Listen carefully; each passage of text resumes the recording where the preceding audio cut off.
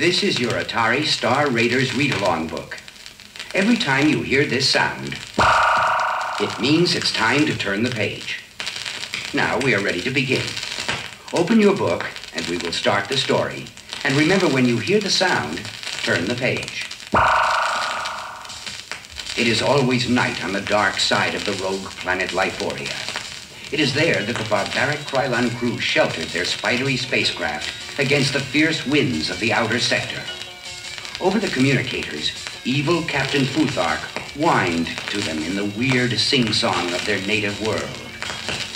Revenge, he cried. Revenge. We must have our revenge. We'll smash the Atari force in a sneak attack. They think they're safe in Delta Vector. To be sure, we shall deal with them most severely. Most severely. Severely, echoed the bloodthirsty crew, laughing viciously as they revved up their mass accelerators and fired their retrojets. Meanwhile, 3,000 parsecs out in space, Martin Champion, mission commander of the Atari force, was conferencing with Lee-San O'Rourke, the chief security officer. They were standing in the command module of the starfighter Scanner 1. Now that we have reached Delta, I can reveal to you the true purpose of our mission, said Martin. You mean we're not surveying for magnetic monopoles?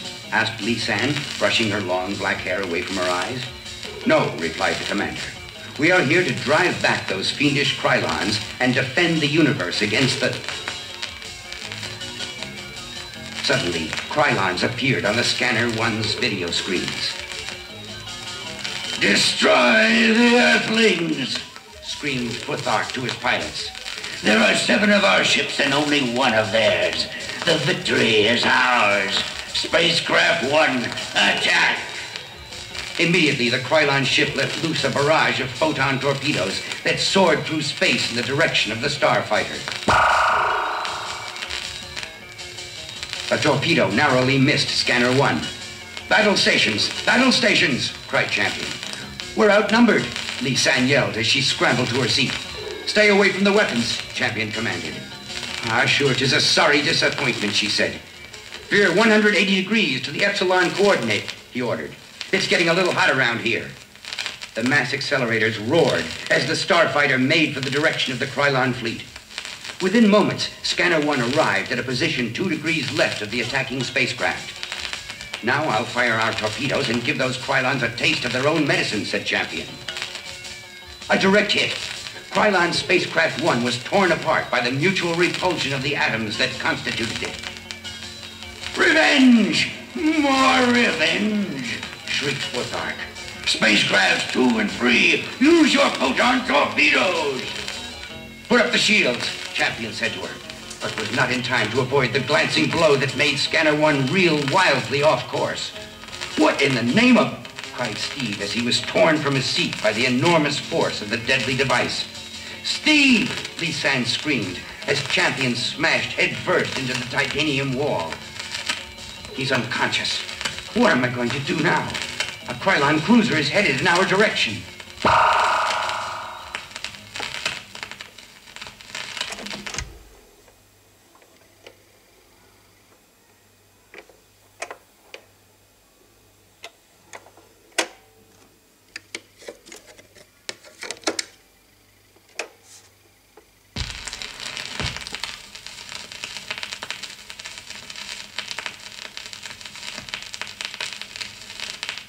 While on special mission in the Delta Vector, the Atari force is ambushed by a Krylon fleet headed by the evil Captain Futhark.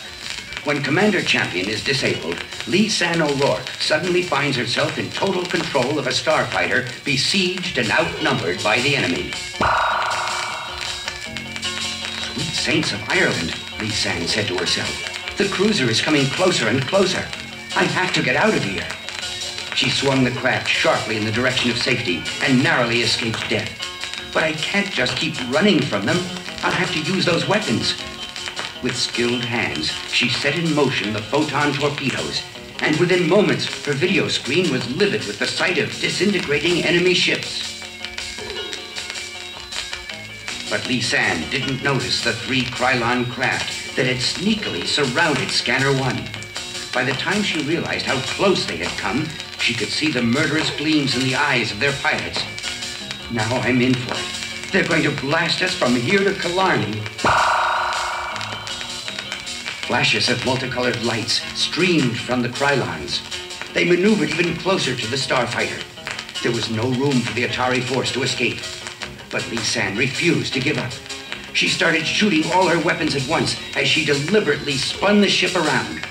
She wanted to make the starfighter a difficult target to hit. And then she saw 3 bursts of light. I got them! I got all 3 of them! Lee San shouted joyfully.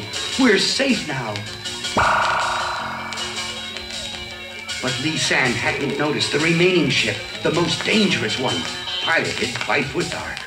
I mustn't let the Atari force slip through my fingers this time, he said as he fired his remaining torpedoes at practically point-blank range. Scanner 1's red alert sounded as soon as the Krylon weapons appeared within striking distance. And I thought we were safe, Lee San said aloud. What are we going to do now? Here, I'll help you, Martin Champion said as he regained consciousness. He pressed a button, and suddenly Scanner 1 was not where it was supposed to be. It was outside of Futhark's range. Thank God for the hyperwarp. You steer as I shoot, he said. Through the flashes of light and the debris of the Krylon fleet, Lee San could see Futhark's ship spewing forth its deadly torpedoes.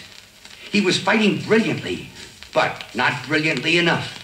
For at that moment, a blast from Scanner 1 found its mark, and before the eyes of the Atari crew, the Krylon flagship disappeared.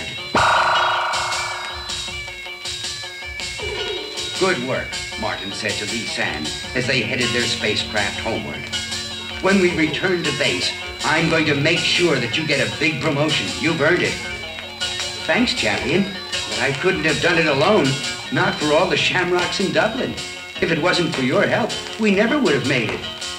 Champion replied, why then, I'll have us both promoted. With the laughter of the Atari force ringing through the starfighter, Scanner 1 sped off into space in search of further adventures in its long struggle against the forces of evil.